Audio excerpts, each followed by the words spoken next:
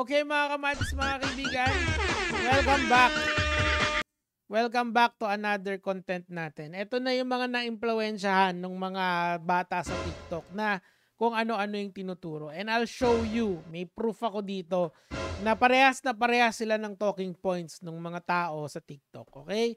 Magugulat kayo. Pero alam nyo naman siguro, nakita nyo na sa thumbnail eh. High school dropout, business. Ito, pakinggan na natin. Day in life of 18 years old high school dropout, business owner, trying to reach first million so my mom can retire. Diba? So, it's a noble cost yung ginagawa niya. Para makapag-retire yung mother niya, ay magbebenta siya ng produkto niya. Okay? So, pero nag-drop out siya ng high school. Actually, mga kamatis, para lang po sa kaalaman ng lahat, libre po ang pag-aaral hanggang kolehiyo. So, kung may tiyaga ka, makaka-aral ka ng high school ng libre, makakapag-aral ka rin ng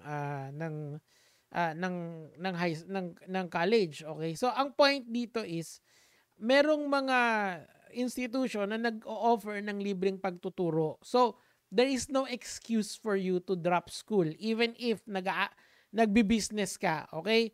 Ngayon, nag-drop siya ng school, high school pa yung din-drop out niya para magnegosyo. Now,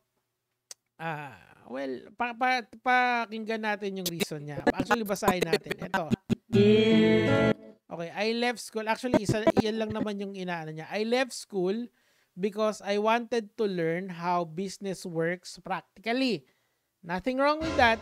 Yung susunod yung merong problema. Kesa makinig sa guro na nagtuturo ng negosyo pero wala namang negosyo. Sounds familiar ba? Ako rin napa-facepalm ako sa mga ganyan eh. Yung ano kasi, alam nyo, meron yung paano mo naman nasabi lahat ng lahat na nagtuturo ng negosyo ay sa school ay walang negosyo? How are you sure of that? And pangalawa, paano mo naman nasabi na yung mga nagnenegosyo outside of their business are all successful? Di ba? Or hindi nagsasucceed sila. Meron akong kilala, 10 ang business, taob lahat. Sino kaya yun? Di ba yung meron daw clothing line sa Biringan City? Di ba? Asan na yun? Asan na yung tao na yun? Di ba wala na? Ngayon, narinig ko na kasi to. Unfortunately, narinig ko na yung bars na yan. Narinig ko na yan dito sa tao na to. Okay, pakinggan natin siya. Okay, si Sir Richard Tedeus din, guest speaker natin. Tuloy. Hingang malalim. Okay. Bakit pala nagagalit sila sa mga tao katulad natin na negosyante na nagtuturo for free sa social media tapos sinasabi ang scam pero hindi nila sinasabi ang scam yung professor sa college? Hindi ba yan yung Sir Richard, wait lang So, hindi ba yan yung talking point nitong bata na to? Exactly the talking point of this person.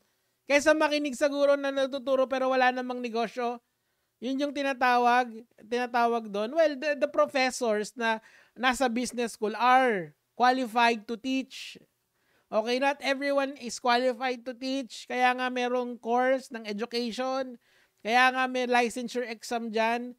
Because, alam mo yun, hindi ka pwedeng gumising isang araw at coach ka na lang ng business. Di ba? Do you understand why merong mga standardization dito? So, yung quality, alam mo. Okay? So, ito yung, sa tingin ko, this is what upset me the most dito sa batang to. I mean, it's a noble cause yung ginagawa niya. Okay? It's a very noble cause na nag-stop mag-aral para sa mama niya. But then again, mali yung pinaguhugutan eh. Kasi gusto niya business practically. Paano kung mag-fail ka? Saan ka pupulutin? Paano kung malugi yung negosyo mo? Have you, hindi lahat ng nagnegosyo ay nagsasucceed. Data shows that. Okay? Kasi ang nakikita, ang na-highlight kasi sa TikTok, yung good. Hindi yung bad. The bad is, it's everywhere. Hindi lahat ng negosyo nagsasucceed. Tuloy natin, Sir Richard, ikaw naman. Simple lang sagot ko dyan. Yan, Qualified kasi kami mga prof sa college, or in short, may mga diploma kami, kaya hindi kami pwede matawag na scammer. Well, yun nga, 'di ba? May diploma sila, may qualifications kasi yan eh. It's like being a doctor. Hindi lahat ng nakapagbasa ng medical book is a doctor. Hindi, 'di ba? You have to go through med school para matuto ka para maging qualified ka maging doktor. Actually, hindi pa nga kailangan mo pa ng lisensya para makapag-practice ka. 'Di ba? Ganun din sa pagtuturo ng pagtuturo, okay? May dadaanan kang mahirap na proseso. Kasi kung hindi, lahat pwede. Kahit yung tambay sa kanto, pwede. Kahit yung drop out sa school, pwede. Kahit yung mga kung bali-bali ko magsalita, pwede. 'Di ba? Gets nyo? Ngayon, ang masakit dito kasi, ito yung resulta ng nung mga nagkalat na bobo sa TikTok, okay? Meron silang nai-impluwensyahan ng ganito. I don't believe that this kid had nagalit siya sa sistema. Pero ginagawang talking point to para makipagsimula ng negosyo. Just do business, man. Ang business, wala namang emotions dapat yan. All about practicality dapat yan. Why do you do business? Of course, number one is to gain profit. Ano pa ba? Ihuli mo na lang pagka malaking negosyo ka na yung prinsipyo mo. 'Di ba? Kasi ba't ka papasok sa negosyo para kumita? Ano pa ba? Alam nga namang, tas ngayon kita mo it became now na parang yung talking points nila Franklin Miano. O 'di ba? Nakakainis eh. Tuloy muna natin 'to ng konti Walang ano. Exactly my point. Culture kasi, nakasanayan nila eh. And more importantly doon, hindi kasi ba? Nandito pa si MJ Lopez. Pwede. Tuloy natin. relevant na yung curriculum sa nangyayari ngayon. Paano mo naman nalaman yun, MJ Lopez?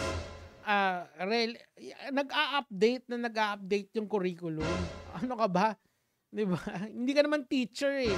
Para malaman mo yung latest happenings sa curriculum. O kadima-demanda ba to? File! Go! Oh. Alam niyo ba na ang mga universities ay merong Siya academic muna, siya. research department or researchers wherein they continuously innovate or explore new learnings? Yun. Hindi naman tamad ang mga universities. Typically, they revise the curriculum on a regular basis. This is to ensure that it caters to the needs of the students and to the demand of the job market or the business environment. Ang revision naman ay nakadepende sa program of study mo, sa technological advancement at saka sa changes ng industry standards. Iba ng business ngayon eh. Yeah, totoo. Iba na laban ng business, iba na marketing, iba. Expired na yung ano. Expired na, exactly. So, wala na, nonsense. And yung school naman, kahit kailan ka bumalik dyan, kahit kailan ka mag-aral, pwede yun, nagkakagigilan yung mga negosyante. Ngayon, nabibuild yung creative ideas. Ito yung era ng maraming puputok na negosyo. Paano mo naman nalaman yan? Si Sir muna. Tapos balik tayo dun sa bata. I agree with you. Ibang-iba na nga yung mga business ngayon. Milyon yung kinikita pero walang mga business permit, hindi nagbabayad ng taxes or walang proper accounting kaya nagkakaroon ng imaginary profit or imaginary brand. Tapos paniniwalain yung mga tao na profitable yung business upang mabilib sa kanila at gamitin nila to sa advantage nila. Opportunity. Mamaya ka na. So ako may kilala ako doon. 10 daw yung business niya. Pero pag tinignan mo yung mga pages, patay na. Nako, sino kaya yun? Sino kaya yun? Anyway, punta tayo dito ngayon.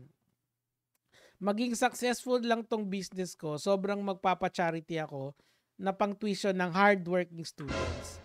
Alam mo, idol, kung ganyan pala yung mindset mo, bakit hindi mo pagsabayin yung pag-aaral at saka yung pagnenegosyo?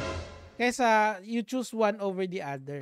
Ngayon, parang nire-require mo pa na yung mga tao ay bumili sa'yo or maging successful ka kasi magcha-charity ka. Ito poverty porn to yung ganito kasi strict ka lang sa plan mo, pare-parehas lang naman tayong pupunta sa lakasan lang na maging successful din tayo sa bawat field na kinuha natin. Siguro ito yung style ng marketing niya, ginagaya niya yung ibang mga tao na they are wearing their hearts on their sleeves. Kaso sa tingin ko kasi this is setting the wrong precedent sa kabataan ngayon na parang iniisip nila na you don't need school anymore. Basta kumikita ka ng milyon-milyon sa negosyo mo. Ang problema lang, hindi naman laging milyon-milyon yung kikitain mo sa negosyo eh. Like eto isipin nyo na lang yung mga brands na lumalabas ngayon na hawak ng malalaking influencers, okay? Not all of these are in the level of Jollibee, McDonald's, San Miguel, wala, 'di ba? Yung iba nagfe-fail miski malaking influencers na sila. Hindi lang 'yon. Hindi lahat ng nagnenegosyo in general ay pumapaldo ng malaki. 'Di ba? I mean, this is the facts of life, okay? Ngayon kasi, ang problema dito sa mga kagaya ni Franklin Miano, meron silang rose-tinted glasses na tinatawag. They show you na mayaman sila without really giving you without showing you proof na kung paano sila nakarating doon. Kuha nyo? Like for example, paano ba yumaman si Franklin Miano? Ang sasabihin niya lang, may 10 businesses ako. Hindi, tapos pag nag-enroll ka doon sa MSB na inaano niya, ano nangyari doon? Di ba ang daming nagre-reklamo? Di ba ang daming humihingi ng refund? Di ba kaya ako nandito because of those people na humihingi ng refund na yon. So hindi mo alam kung yung breakdown, kung saan yung bulk ng pera niya nanggaling. Galing ba yun sa Empire? Galing ba yun sa Vivid Smile? Galing ba yun doon sa 10 negosyo niya? Magkano ilan yung percentage sa MSB doon? Ilan yung percentage sa iba doon? So ang nakikita mo lang yung success, yung pera, yung sasakyan, yung flex, yung bling. Pero hindi mo nakikita yung kung ano yung pinanggalingan nun. Again, to Mr. Miano, saan nanggaling yung pera? You are not compelled to answer, pero I am not also compelled to stop asking you questions. Kasi you are affecting people's life. Kayong mga putang inang mga nasa TikTok kayo, lahat kayo, na kung anong shit yung sinasabi nyo. It's because of you guys na merong ganitong klaseng bata na hindi na naniniwala sa eskwela. Mga putang ina nyo, pakyo kayo. Yun lang, gege mga lord.